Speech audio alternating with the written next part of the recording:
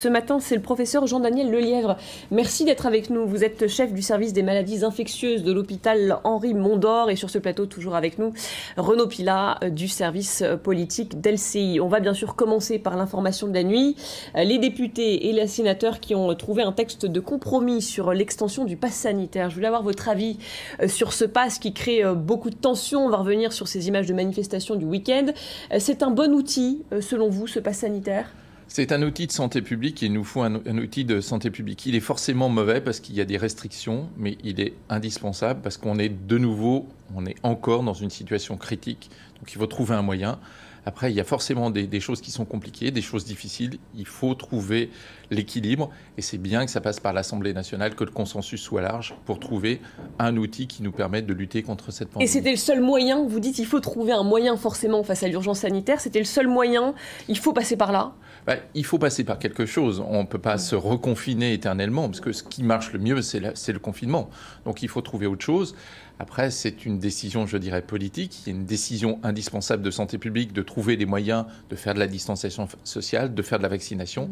Ensuite, il faut que les politiques trouvent l'outil qui permette de mettre ça en pratique, en musique. Mais le seul outil, c'est la vaccination. Là, si on parle cash, c'est la seule façon de lutter là, contre cette épidémie. C'est pas la seule, c'est la principale, c'est pas la seule. Et il faut garder de la distanciation sociale en attendant que la vaccination fasse son effet. Alors, il y a une majorité de Français qui approuvent, mais il y a des critiques. Est-ce que vous trouvez ce matin que l'équilibre a été trouvé sur le pass sanitaire entre l'Assemblée et le Sénat, de ce que vous avez pu voir de cet outil ?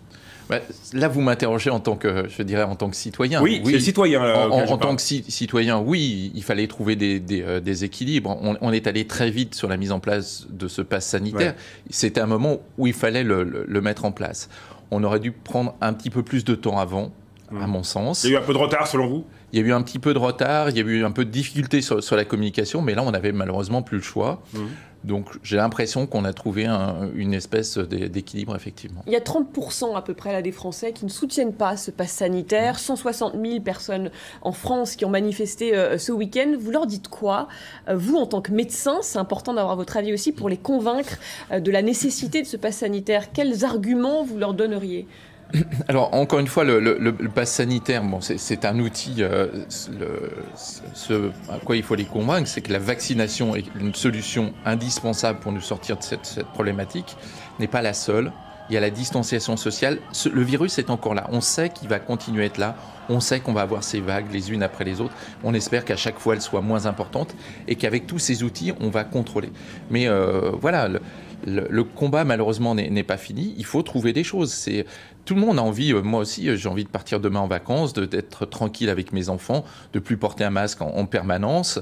Mais ça n'est pas possible. Mais en même temps, pardon de vous couper, c'est un peu un constat d'échec pour les politiques et pour nous tous, je dirais, d'avoir dû adopter cet outil pour, quelque part, obliger à la vaccination, en tout cas, contraindre fortement à la vaccination. La pédagogie, ça n'a pas suffi, on n'y arrive pas en France. On a l'impression qu'au pays de Pasteur, on a beaucoup plus de mal que les autres. Comment vous l'expliquez, ça ? Mais parce que, malheureusement, la pédagogie ne suffit pas, mais la pédagogie n'a pas été mise en place, à mon sens. À mon sens, on n'a pas fait assez d'efforts de pédagogie, on ne s'est pas rendu compte. Vous savez, dès le départ, moi, j'appartiens à la Haute Autorité de Santé. La Haute Autorité de Santé a informé dès le départ du fait qu'en France, il y avait une certaine réticence vaccinale. Culturelle ? Qui est culturelle, ouais. qui est présente. On a balayé ça un petit peu d'un revers de main en disant ouais, c'est une maladie grave, les gens vont vouloir se faire vacciner. Évidemment, beaucoup de gens ont voulu se faire vacciner, mais à la fin, on a retrouvé les gens qui étaient hésitants. Et ces gens-là, on a fait un petit peu de la méthode Coué en disant vaccinez-vous, vaccinez-vous, vaccinez-vous, sans leur expliquer véritablement et en leur expliquant peut-être avec des gens différents de moi. C'est-à-dire que c'est pas forcément moi, professeur de médecine qui connais bien la vaccination, qui doit aller informer les gens qui sont réticents. Ce sont des discussions plus larges. Avec quoi ? Des associations, la société civile ? La société civile, d'autres acteurs.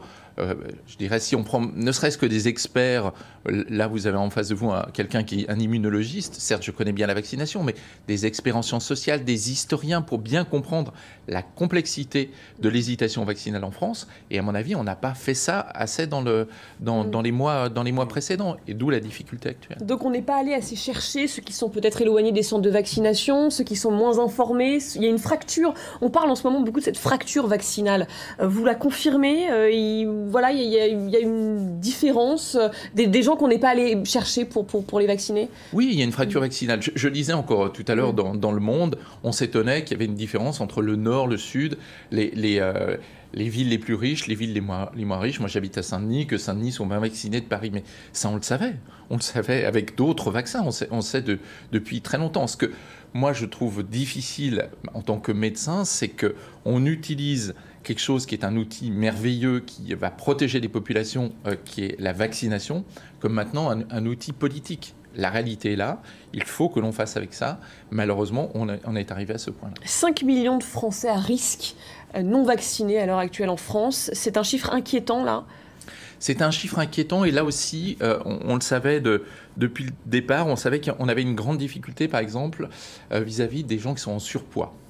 Alors, il y a les grands obèses, mais il y a aussi des gens qui sont en surpoids et on voit bien, lors de la dernière vague, dans mon service, il y a un certain nombre de gens assez jeunes, 40 ans, voire plus jeunes, dont le seul facteur de risque était le surpoids. Vous pouvez très facilement identifier en France des gens qui ont des facteurs de risque, je dirais, plus classiques, entre guillemets, un diabète, une hypertension, parce qu'ils vont être fichés quelque part par la sécurité sociale. La sécurité sociale va savoir que ces gens sont diabétiques, ils ont ce qu'on appelle une ALD30, etc. Oui, mais alors on disait que les médecins, on disait que les médecins n'avaient pas le droit, les médecins généralistes, à cause de la CNIL, de contacter tous leurs patients à risque. Il y avait une difficulté à ce niveau-là. Oui, mais cette difficulté, on a pu la surmonter. Mais encore une fois, c'est facile d'identifier parmi votre patientèle les gens qui sont diabétiques, parce que les gens qui sont diabétiques vont aller voir... Ils sont suivis, absolument.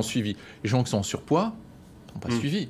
Et puis c'est difficile de les identifier, et pourtant ils sont à risque. Mais c'est important ce que vous dites, parce qu'on entend énormément cet argument, notamment de ceux qui sont opposés au pass sanitaire, qui est de dire on n'a qu'à vacciner en priorité, voire obligatoirement, les 5 millions de personnes qui ont des comorbidités et quelque part laisser tranquilles tous les Français qui n'ont pas besoin. Vous dites cet argument ne tient pas parce que ces 4-5 millions, c'est très difficile d'aller les trouver?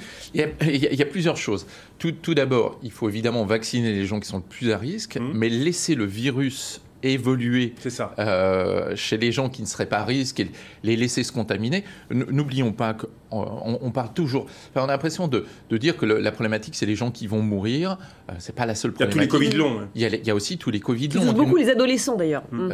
Alors, on ne sait pas si ça touche énormément les adolescents, enfin la fréquence chez les plus jeunes. On sait que ça existe et on ne comprend pas cette pathologie qui semble réelle et qui va impacter la qualité de vie d'un grand nombre de gens. Donc, laisser comme ça les gens s'infecter en disant c'est pas grave, si, c'est potentiellement grave.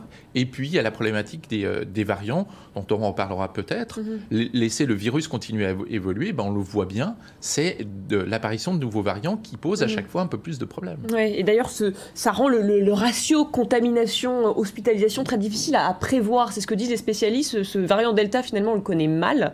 On l'a peu anticipé et on a du mal à savoir un petit peu ce qui va se passer, quoi. Est-ce que vous pensez qu'on va automatiquement là, vers une quatrième vague et vers un engorgement des urgences? Alors, on va vers une quatrième vague. La quatrième vague, elle est là. Mais dans les hôpitaux?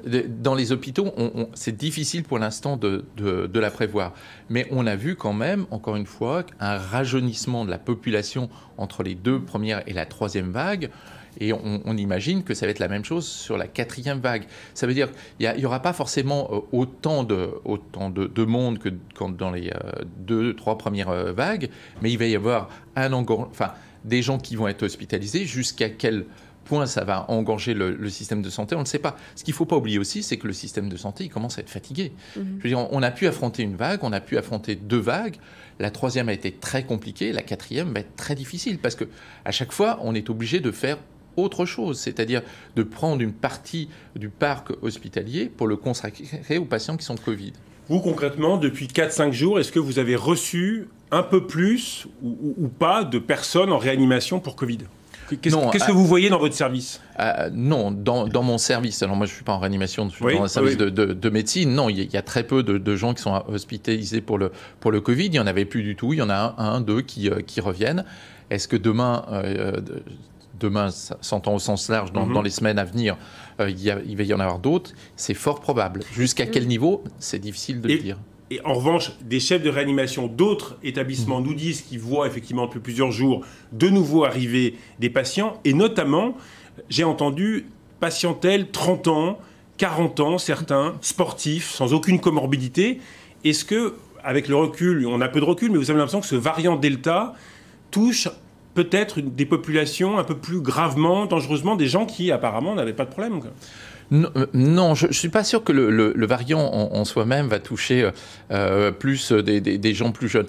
La seule différence, c'est que quand même, les gens les plus âgés ont été vaccinés. Et ces gens plus jeunes, on les a vus dans les autres vagues. Évidemment, plus on vaccinait les gens les plus âgés, les plus à risque, plus on voyait ces gens moins à risque. Donc ça va arriver. C'est un petit peu la même problématique que je dirais chez l'enfant. Pour l'instant, on ne parle pas de la problématique du Covid chez l'enfant, parce que, évidemment, on voit la problématique chez l'adulte. Et la problématique chez l'adulte est tellement importante qu'on se dit, voilà, c'est là où est le problème. Mais il peut y avoir un vrai problème de Covid chez l'enfant, qui est beaucoup moins grave que chez l'adulte, mais qui est présent. Et donc, comme ce variant est plus important, plus transmissible, on va avoir mécaniquement, mathématiquement, plus d'infections et qui vont toucher forcément les plus jeunes. Je voulais qu'on vienne sur les propos de Jean-François Delfraissy, président du Conseil scientifique. Il dit quelque chose d'un petit peu inquiétant. Il dit qu'on aura beau accélérer la vaccination, c'est un peu trop tard là, on s'y prend trop tard. Dans tous les cas, on va vers une 4e vague dans l'hôpital. Il prévoit une situation très complexe d'ici la fin août. Vous partagez ce pessimisme ou pas ? Alors, moi, je connais très bien Jean-François Delfraissy. Il s'appuie sur des chiffres de modélisation de l'Institut Pasteur, on va dire. C'est le scénario... Ils font peur, franchement. Oui. Ces modélisations de l'Institut Pasteur, elles font peur. Hein. Oui, mais c'est normal que l'on donne le scénario le plus catastrophique, sans forcément qu'il apparaît. Pour vous donner un exemple, on a beaucoup dit...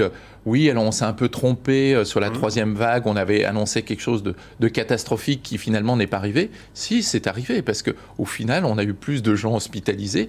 Le pic a été moins important, mais la surface sous la courbe a été très importante. Donc oui, on risque d'avoir ça, on s'y attend malheureusement, et on voudrait que cette 4e vague soit la moins forte possible. N'oublions pas qu'elle va aussi impacter tout le système médical de ville. Qui a déjà pris beaucoup de retard. Voilà, et donc ça aussi c'est important, parce que les médecins généralistes ont aussi beaucoup d'autres choses à faire que de s'occuper que des patients Covid. Avec un point important, vous dites la limiter le plus possible, parce que, vous le disiez juste avant le début de l'interview, et vous n'êtes pas le seul, les soignants sont assez exténués. Certains ont quitté leur profession, d'autres vont être en vacances en août. On n'a pas du tout les mêmes conditions si on a une grosse vague hospitalière que en pleine année 2020-2021. Ah, ça c'est évident, je pense que c'était un des propos de Jean-François Delfraissy, c'est expliquer que si ça survient pendant le mois d'août, pour nous c'est une catastrophe. Comme vous le disiez, il y a des gens qui sont en vacances, les gens sont fatigués, n'en peuvent plus, et puis on ne peut pas éternellement rouvrir des lits de réanimation. Les lits de médecine, c'est un peu plus simple. Les lits de réanimation, quand vous voulez rouvrir des lits de réanimation et que vous êtes arrivé à saturation, parce que évidemment il n'y a pas que le Covid en réanimation médicale, vous êtes obligé de prendre des lits, ce qu'on appelle de réanimation chirurgicale. Donc d'arrêter d'opérer les gens. Pour avoir des réanimateurs. Pour avoir des réanimateurs. Des bras. Ouais. Et malheureusement, les interventions chirurgicales, on les a repoussées. Et à force de devenir non urgentes, elles deviennent urgentes. Donc il y a aussi un choix stratégique dans la prise en charge des patients au sens large dans ce pays qui va devenir important dans les semaines à venir. Ouais. Dans le texte là, qui a été définitivement adopté, on a abandonné le licenciement des soignants en cas de non-vaccination. Il fallait abandonner cette mesure, c'était trop radical? C'est un petit peu radical. Là encore, il faut faire œuvre de pédagogie. C'est important que les soignants se vaccinent. Et moi, au final, j'étais pour. Moi, je me vaccine tous les ans contre la grippe. Je ne pense pas que je vais faire une grippe grave, parce qu'il faut protéger les autres. Mais après, il faut quand même respecter les soignants. Il faut respecter les infirmières, les aides-soignants qui ont beaucoup souffert pendant cette année et qui étaient vraiment au front. Alors justement, je voulais quand même qu'on revienne sur ces images du week-end, les images de manifestations, 160 000 manifestants partout en France. Ils étaient 110 000 il y a une semaine, donc le mouvement grossit, on le rappelle, on est quand même au cœur de l'été, donc ça fait quand même beaucoup, et on entend des mots comme on est contre la dictature sanitaire, on est pour la liberté. Comment vous le prenez, vous, en tant que soignant, alors qu'on sait que la situation se tend un peu plus pour vous, soignants? Comment vous réagissez à ces images? C'est compliqué parce que je peux comprendre ces gens. Encore une fois, je pense qu'on n'a pas fait assez œuvre de pédagogie et qu'on est arrivé de manière un petit peu abrupte en disant maintenant il y a le pass sanitaire, on n'a pas le choix. Mais oui, il y avait une réalité, il y a une réalité de santé publique, il fallait le faire. Pour autant, pour moi, c'est très difficile parce qu'encore une fois, le vaccin, c'est quelque chose qui a... Les vaccins, en général, c'est quelque chose qui a révolutionné la médecine. C'est la plus grande avancée scientifique. Je veux dire, si on réfléchit, des gens plus âgés comme moi, on a connu des gens qui avaient eu la polio quand on était enfant. Ça n'existe plus. Mais professeur, ça on l'entend, mais on le dit, on le répète depuis des semaines. Comment, en tant que citoyen, là je parle aux citoyens, vous réagissez quand vous voyez ces personnes pour qui la vaccination, en gros, c'est l'autorité, c'est le pouvoir, c'est Emmanuel Macron, il se trouve que là c'est Emmanuel Macron, mais ça pourrait être Pierre, Paul ou Jacques. Comment cette radicalisation d'une partie des Français, ça vous fait peur en tant que citoyen ? Évidemment, ça me fait peur. Mais après, les gens qui sont vraiment opposés à la vaccination, on sait que c'est une frange très peu importante de la population. Donc il faut parler à l'autre, il faut rester dans le dialogue, pas avoir ces conflits majeurs et être là, être présent. Et encore une fois, peut-être... Dire égoïste, irresponsable, comme le dit le président de la République, c'est... Mauvaise stratégie ? Non, c'est une mauvaise, à mon avis, c'est une mauvaise stratégie parce que pour avoir discuté avec beaucoup de gens qui étaient opposés à la vaccination, quand vous discutez avec eux, au final, un grand nombre d'entre eux vont finir par se faire vacciner. Mais c'est la manière dont on a amené les choses qui était très dure pour eux. Rude. Un certain nombre de mots ont été très très durs, où on a l'impression...